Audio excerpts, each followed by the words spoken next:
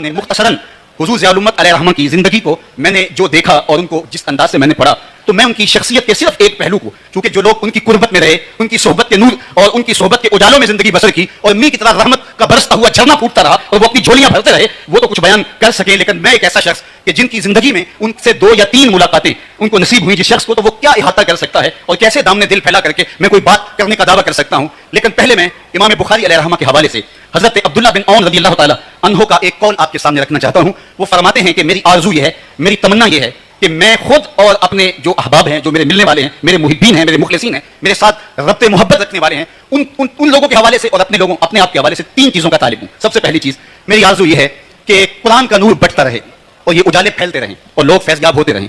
और दूसरी मेरी आरज़ू ये है कि हदीस रसूल का नूर और हुजूर की सुन्नत और सीरत के उजाले फैलते रहें।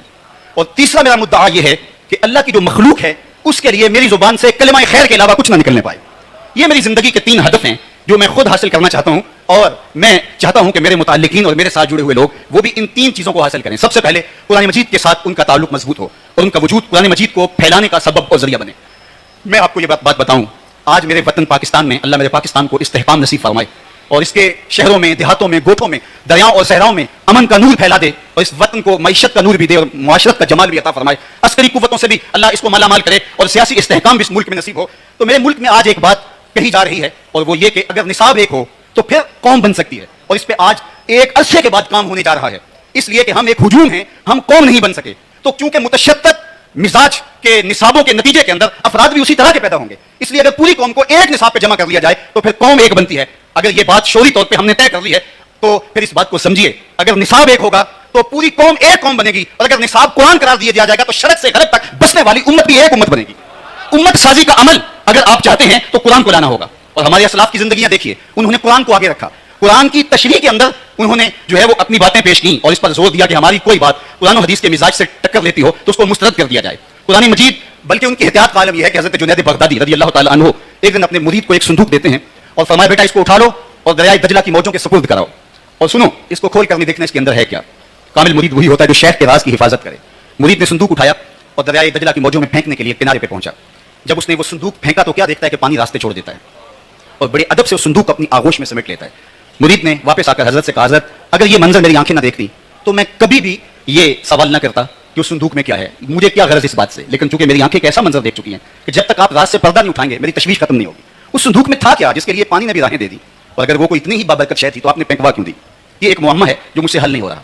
तो शेख ने फरमाया, बेटे तुमने एक मंजर ऐसा देखा है, बताऊंगा नहीं तो तुम्हें तस्कीन नहीं होगी। सुनो, मैंने 12 साल की मेहनत शाका से तसव्वुफ के रमूज़ व गवामज़ और असरार पर एक किताब लिखी और फिर 12 साल उसकी नोक पलक संवारता रहा कि उसका कोई जुमला शरीयत के मिजाज से मुतसादम ना हो। फिर 12 साल सोचता रहा मैं इस किताब को लोगों तक पहुंचाऊं कि ना पहुंचाऊं।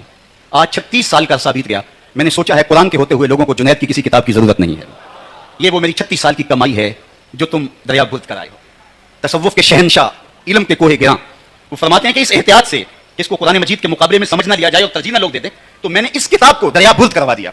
आज हर शख्स जो टेढ़ी मेढ़ी लकीरें खींच ले और वो भी समझता है कि मेरी बातें हरफे आखिर हैं और इससे तशद्दुद और फिरकाबंदी को फरोग मिलता है, तो कुरान मजीद के साथ जब उम्मत जुड़ती है तो फिर हकीकी माना में उम्मत बनती है। वो शरक में बसने वाले हो या गरब में बसने वाले हो, जुबान कोई हो और उनका जोग्राफियाई सूरत हाल कोई भी हो, चूंकि जब थ्योरी एक है तो प्रैक्टिकल भी एक आएगा। इसलिए जिन लोगों ने काम किया कुरान मजीद पर, उन्होंने इस्लाम की वो शक्ल पेश की जो रसूलुल्लाह लेकर के आए थे। तो आज आइए इस हवाले से अगर हम देखें तो हमारे ममदू साहिब उर्स हुजूर ज़ियाउल उम्मा ने वो मुसन्निफ़े कुतुब कसीरा बन सकते थे, दर्जनों नहीं सैकड़ों किताबें लिख करके उस फहरिस्त में अपना नाम लिखवा सकते थे, लेकिन उन्होंने काम जो किए थे वो मुतय्यन काम किए थे। एक तो उन्होंने कुरान मजीद पे काम किया और कुरान मजीद की रूह को जो है वो लोगों के कल्बो अज़हान में उतारने के लिए आपने सारी मेहनत और तगोताज और जद्दोजहद की। एक तो उनका ये काम है, इसलिए कि अगर कुरान लोगों तक पहुंच जाता है तो फिर सही माना में उम्मत वाहिदा बन के उभरती है। गर तुम खाही मुसलमान जीस्तन नेस्त मुमकिन जुज़्ब कुरान जीस्तन। इकबाल अलैहिर्रहमान ने कहा कि अगर तू मुसलमान बन के जीना चाहता है तो मैं तुझे दो कर दिया हूं। अब तेरी हालत यह है तो तू इस किताब को अगर अपने साथ जोड़े हुए भी है तो सिर्फ इस हालत में इससे तो इतना फायदा हासिल कर रहा है, जब तेरे बूढ़े की रूह अटक जाती है तो तू सूरा यासीन लेकर बैठ जाता है कि मैं तिलावत करूं और इसकी रूह आसानी से निकल जाए। इकबाल कहते हैं इसमें कोई शक नहीं है कि उसकी रूह आसानी से इस तरह निकल सकती है, लेकिन मुझे दुख इस बात पे हुआ कि तूने कुरान से भी मरने की राहें तलाश की, काश इस कुरान से जीने के रास्ते तलाश कर लिया।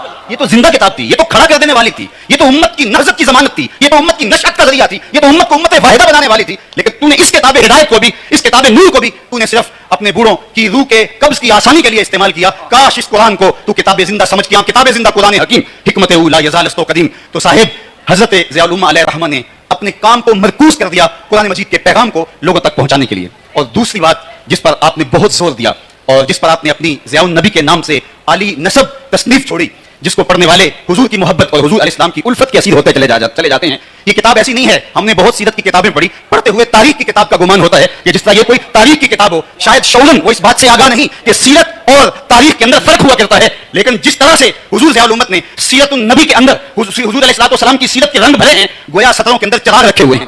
लफ्ज लफ्ज रोशनी बढ़ता है, हरफ हरफ नूर देता है। और जब कोई ज़ियाउन नबी पढ़ता चला जाता है, सीने में ईमान की हरारत मौजूद तो हो ही नहीं सकता कि आंखें आंसू का इलाज पेश न करें, और दिल हुजूर की मोहब्बत का असीर होता चला जाता है। और सीरत का हक भी यही है और सीरत का अंदाज भी यही होना चाहिए। तो उन्होंने इस उम्मत के इलाज को दरियाफ्त किया कि ये उम्मत हुजूर की जात से जब दूर होगी, तो ये उम्मत लहजे में एक बात कही थी, अहदे माँ मारा ज़िमा बेगाना कर अज जमाले मुस्तफा बेगाना कर। लोगों, इस दौर की सितम ज़रीफ़ी ये है कि इस दौर ने हमें हमसे दूर कर दिया। क्यों दूर कर दिया? कि हमें हुजूर के जमाल से दूर कर दिया, हुजूर के हुस्न से दूर कर दिया। जब जमाल मोहम्मद मुस्तफा से उम्मत दूर हो जाए तो उम्मत के पल्ले कुछ भी नहीं रहता। उम्मत बनती ही तब है जब जुल्फ़े पैगंबर की असीर बन जाती है। हुजूर की कुर्बत उम्मत को उम्मत बनाती है। चूं गुले सद बर्ग मारा बू यकेस्त ऊ के जाने ई नजामो ऊ यकेस्त मस्ते चश्मे साकिए बतहास्तेम दर जहां मिसले मैं मी नास्तेम। हम हुजूर अलैहिस्सलाम के दम से मेरी और आपकी कुर्बत का क्या सबब है?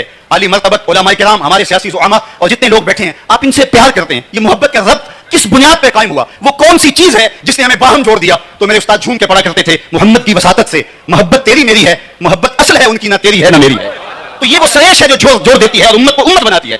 और दुश्मन ने यही कोशिश की कि किसी तरह से हुजूर की जात से दूर कर दिया जाए। अहदे माँ मारा ज़िमा बेगाना कर अल जमाले मुस्तफा बेगाना कर। आप अगर तारीख पढ़ें तो आप देखेंगे खल्क़े कुरान पे बहस हुई, गुनाह कबीरा का मुर्तकिब काफिर या नहीं काफिर, इस पे बात हुई, और मौज़ूआत पे बात हुई। आप जितने भी कलामी मसलक हैं माजी में देख लें, लेकिन कभी हुजूर की जात पर बात नहीं हुई थी। अव्वल मन अनकर तवस्सुल वल इस्तिग़ासा वन निदा व इब्न तैमिया, सबसे पहला शख्स, इमाम नबहानी ने शवाहिदुल हक में लिखा है, पहला शख्स जिसने तवस्सुल से, इस्तिग़ासे से और निदा से इनकार किया वो इब्न तैमिया था। इससे कबल उम्मत में इस्लाम का फितना मौजूद नहीं था, इसलिए कि लोग हुजूर की चौखट पे हाजिर हुआ करते थे और हुजूर को निजात दहिंदा समझते थे। जब जरूरत बाकी न रहेगी तो चौखट पे क्यों कोई हाजिर होगा? तो इस्तिग़ासा